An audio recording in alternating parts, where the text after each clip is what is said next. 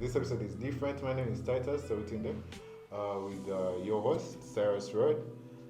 So, today we flip the mic and shine it on the light that is behind this movement. You know the name, you know the voice, but today I want you to know the soul. Cyrus Road, creator of Here's Loud. This one's for the story, behind the story. So today I have a few questions that I'm going to ask you. I want to take a reflection on this podcast that you started.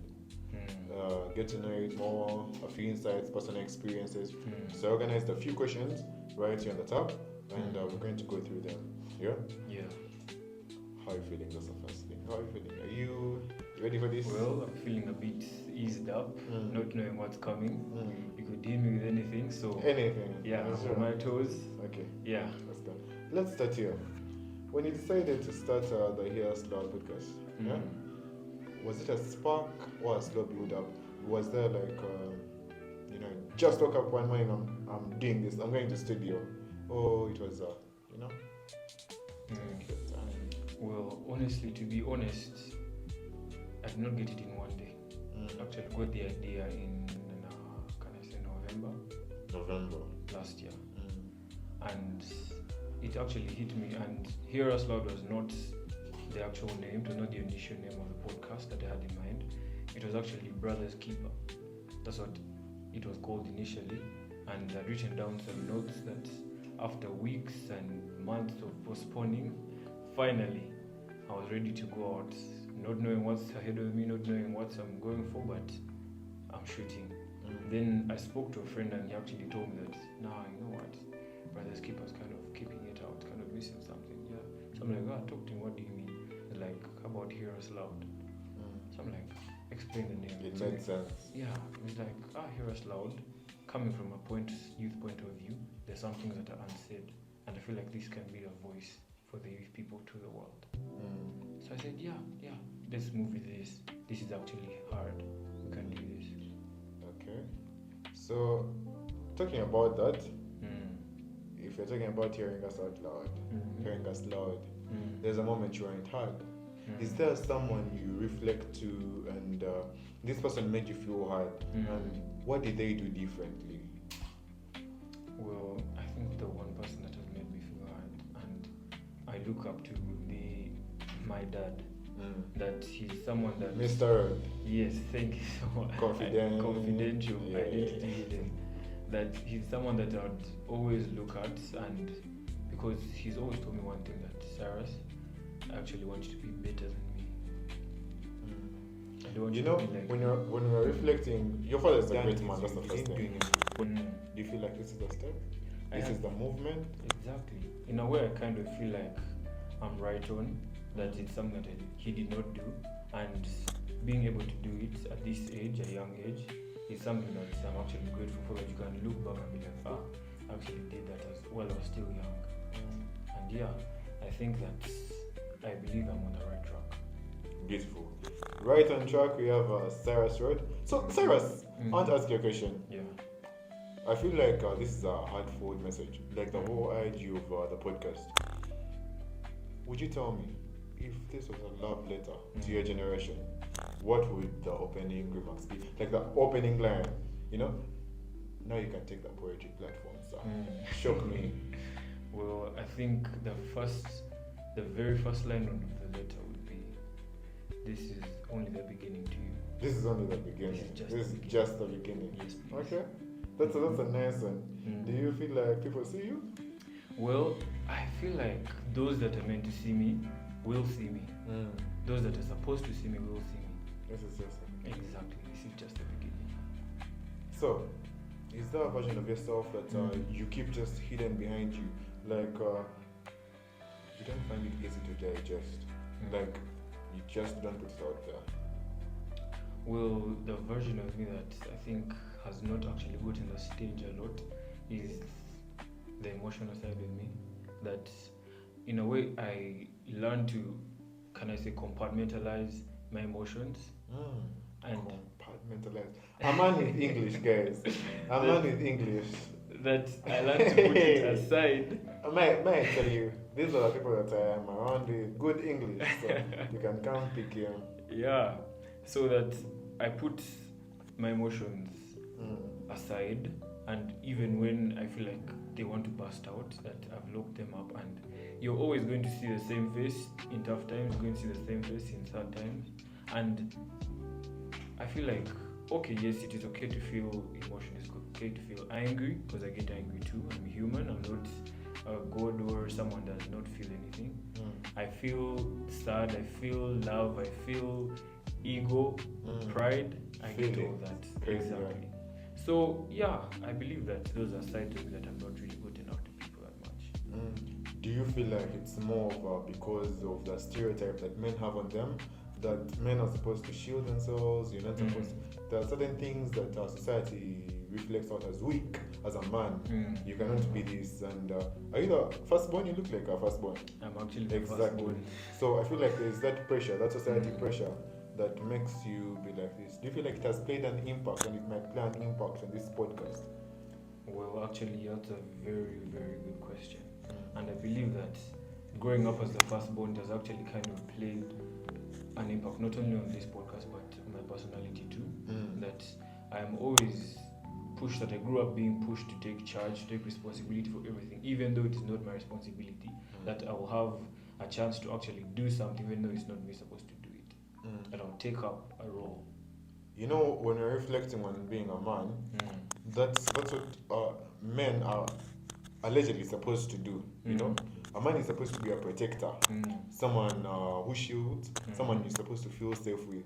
You hold this hand, there you just, it's grip. You get what I mean? Yeah. But that's a metaphor. But do you think all men should be like this? Do you think we should accept moments of weakness? And how should we, us as men, how should we cope up with them? Yeah. Yes. Well, to my understanding, honestly, I do believe that it is very normal for men to get emotional too. It is them for able to feel weakness. That as a human, weakness counts. That whether you're going to like it or not, fight it however hard you can, weakness is going to be there. But you contemplating the weakness, you adapting to it, is what makes you who you are. That in the time of weakness, where was Titus? In the time of weakness, what did he do? Who was he with? The reflection. Exactly.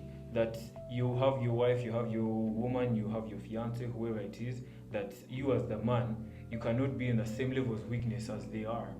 That there's supposed to be a certain level that you put yourself at, that, okay, fine, I am the man of the house, I am a man, this is what I do. That when hardest comes to hardest, when nail comes to toe, you're standing firm, even though it looks at its worst. Yeah. Did you rehearse this? You are Someone asking me leaked my that. questions. Someone might But have anyway, linked your questions. So enough about being a man. Man. That's not what it's about. You talk about youth empowerment a lot, but when was the moment you felt powerless, and what brought you back? Well, I do believe the one time that I felt powerless was I actually had a family incident. A relative of mine got a seizure, and it was a 4-year-old child. Well, A 4-year-old child. Seeing a 4-year-old on their knee, like lying flat, shaking in that seizure, that was something that actually put my family to trial. And seeing everyone on their knees, tears rolling down their eyes, my mother, all my relatives, even my father. And he looked at me and said, "Sarah, stand firm." That's the one thing he told me. And I could see the tears in his eyes, but you could see that he's holding on. That everyone is on their knees, everyone is crying, everyone is down, and I actually believe that that's what kept me firm in the that words of a moment. great man. Exactly. The weight of being the man, that taking the responsibility, that even through the tough times, that you're someone that everyone looks to. Because if a tough time comes, who is the anchor? You, as a man, you're meant to be the anchor of everyone, that everyone can look up to you and hold themselves to you. That's true. Exactly. Talking about seizures, it took me back to a friend of mine. It's called Malcolm. R.I.P. bro. May your soul rest in peace. Yeah. Anyway, so I was getting emotional. Mood That's switch. okay. You've got on I shot. got bro in his feelings. You've got on shot. Just one shot to pitch this podcast. He asked loud to Kendrick Lamar. What would you say?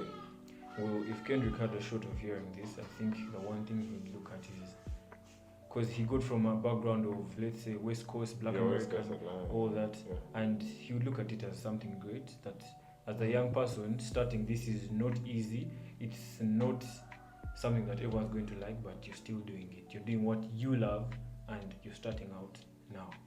And he would actually be, I think he would love this, coming from a young man. Yeah. To all the dreamers out there, dream big, everything is possible. So, what thing do you always say on record? Like it's on record, it's on mic. This is what Cyrus Road says, but off mic, it's cap. You just learn to yourself. You just, probably sailing. I think the one thing that would actually be those that know me, my boys that actually I'm always around, know that when it comes to fun, Cyrus is always with the fun. That you see me on whatever social media you find me on, and I'm like some uptight guy. No jokes, no laughing, but guys actually laugh. This guy is always in suits. Actually have uptight guy. Actually smile. People tell me that Cyrus smile up. We're actually setting up and someone tell me Cyrus, ease up, bro. You're about to become what's this guy? Ashton Hall. Nah. You have a morning routine. No morning. Eyes at face. Well, actually, it's kind of something related to that someone may actually look at me and perceive me in a wrong way that this guy is old. No, just a minute, shout out to Ashton Hall. We need to stay locked in, guys. Just locked in, guys. Yeah. So if 10 years from now your grandkid looked at you and said, it's Cyrus Road who had me dreaming again. What would that mean to you? Well, someone being able to say that 10 years from now, wherever we may be, wherever I'll be, that would be something very encouraging for me. That it would be something that I'd look at and say, wow, actually touched us all. Actually touched someone. That someone will be able to look and say, I started believing because of him. It would touch me and know that, yes, I did the right thing. The goal was achieved. That's true. Deriving from all that, there's one thing on dreaming and then there's one thing achieving. The feeling is different. Those are two different things. The feeling is different. Yeah. So, what does silence sound like when the mic is off? If someone is to listen to what's inside you, what's within those inner monologues that go through you? Well, actually, I think there's actually 3 people that influence my inner voice in my mind, and the 3 people would actually be... Let me guess the first one. Mr. Cyrus, your father. Well, that would actually be true. Is actually among, I'm not going to lie. But yeah, he's there. That one aside.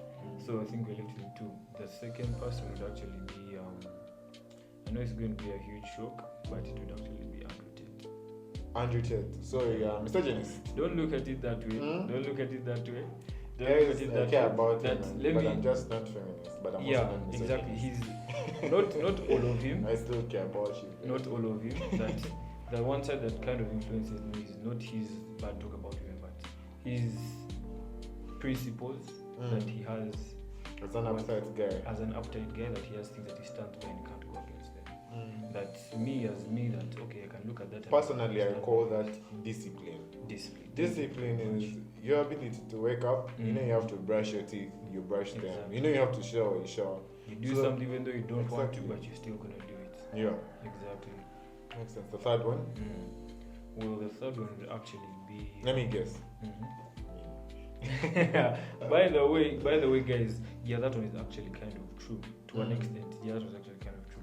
When it comes to business, guys, I'm like a role model here. When it comes to business, see me different. Look at Titus. If you have a business you want to start, if you have something, put Titus in plan A, put Titus in plan B, put it in plan C. This man here. What am I supposed to do now? This man here, guys, when it comes to business, this man can make you feel like you are freaking CEO. That's man. Enough about me. This is not about me. This is about you. This is about you. It's me asking the questions, guys. So, final one. If you ask Lord, never blew up, never went global, wanted to be, never hit a shot, but it healed you. There is that inner part of you that would say that I did it. This is me making it. Was it still worth it? Was it worth it? Would it still be worth it if it never went? Well, that's actually a very good question. That's whether it's made out and achieved the goal and people were able to listen, and whether it touched or not, that I would not finish until the goal is achieved, until I've touched people, whether it is 5 people, whether it is 10 people, that I'll look at them and actually know that, okay, you know what, one person was touched, mission accomplished. Sure. Mission accomplished. That I started, you actually look at the beginning, why did you start this podcast? And if that goal is achieved, yeah, I'll rest. But I will not stop until that is reached. That's nice. To live is to win. Exactly. To live is to win. Exactly. So I've definitely liked this episode. Mhm. I have had fun being part of this, being part of a Mhm. family, Mm. and a reflection of youth empowerment and hope in the Here's Lord podcast. Mm. That's the man behind the mic, the one who dares to be loud in the world, and that is Mhm. full of the mutual ones. That's what I would say. Respect, Sarah's word. We are now loud and clear. Thank you so much for joining us. My name is Titus Sotinde. You also know me as Whiskey. Mhm. Stay tuned. Subscribe, follow,